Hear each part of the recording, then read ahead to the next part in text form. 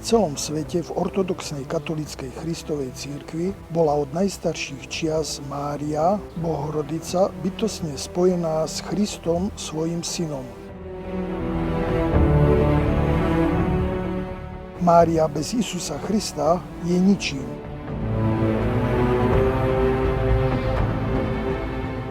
S Isusom Kristom je všemohúca kráľovna vesmíru.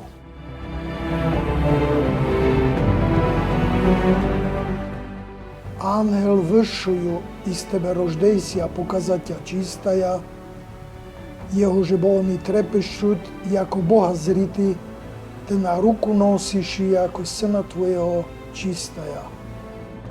Z teba narodený ťa urobil vyššou od anielov, čistá. Toho, na ktorého sa anieli boja pozerať, lebo je Bohom, ty nosíš na rukách ako svojho syna, čistá.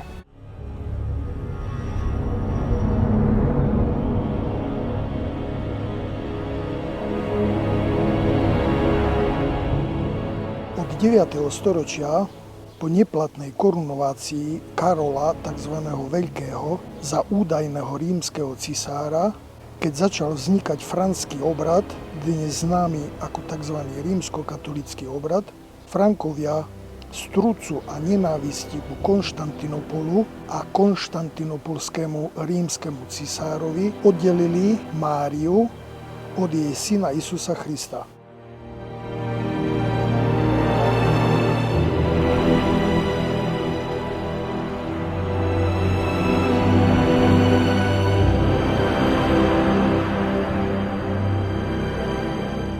Hovorili, Mária je Mária a Isus Kristus je Isus Kristus.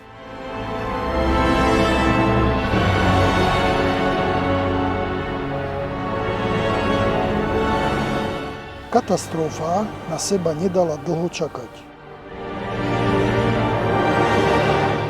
Augustiniánsky mních Martin Luther a protestanti sa od toho času pohoršujú, ako sa môžeme my, ortodoxní katolíci, klaňať a kľačať pred prečistou divou Máriou.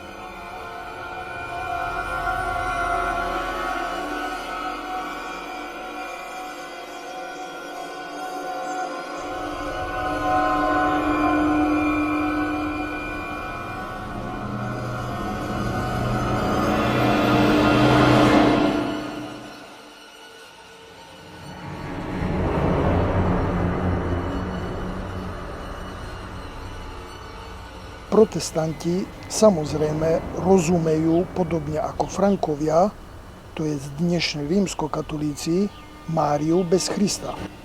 Preto po vzniku protestantizmu vo franskom obrade, dnes známom ako tzv. Rímskokatolícky obrad, zaviedli v snahe zachrániť situáciu dva pojmy.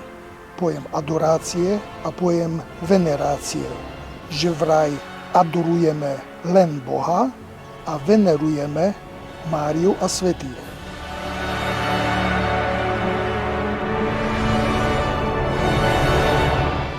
A pritom skutočnosť je taká, že svätí sú v skutočnosti Boh sám, lebo len Boh je svätý.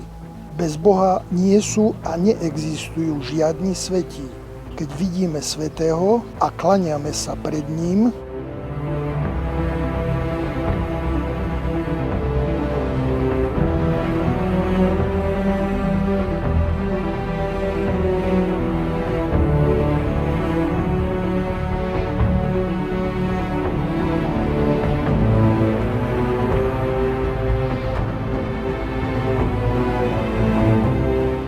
tak vidíme a klaniame sa pred trojediným Bohom, ktorý je v ňom s ním a prejavuje sa skrze tohto svätého.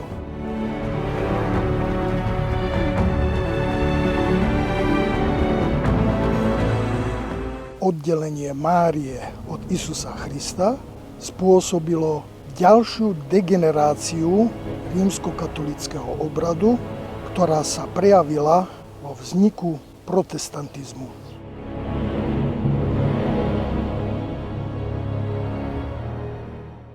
No a musíme se už smířit s tím, že budou v církvi vždycky dvě tendence. Jedni budou říkat o Paně Marii nikdy dost, všechny pobožnosti mariánsky rozmnožovat a budou vždycky druzí, kteří řeknou, že jim to jde na nervy. Ale to už se musíme zvyknout,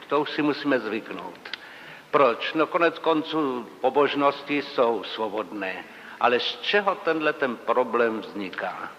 Že někteří říkají tedy o Paně Marii hodně a druzím to jde na nervy. Čím to vzniká ten zvláštní problém? No a Losky ten jednou říkal, já myslím, že největším nepřítelem pobožnosti k Paně Marii je takzvaná mariologie. Proč? Protože jestli se oddělí od Krista, no tak pak vznikají tady všechny ty problémy. Na východě bylo vždycky zakázáno malovat Panu Marii bez Krista. Aby jsme si věděli, že to je jedno jediné tajemství. A když se to rozdělí, no tak potom vznikají velikánské problémy. A jeden můj přítel, to je evangelický pastor v Německu, má hrozně rád ikony a sbírá ikony. Pochopitelně mnoho z nich je mariánských. A když tam přijdou lidi na jeho faru, tak vždycky zakrčí ty evangelický pastor a tady těch panek Marii máš tolik. A on říká, co jim mám říct. A já mu podám, George, řekni všem, že to jsou obrazy Ježíše Krista, který se narodil z Marie Panny. No ten obraz Panny Marie je obraz Ježíše Krista, který se narodil z Marie Panny. Takže buď je to jedno dogma, anebo potom tedy vznikají všechny ty problémy.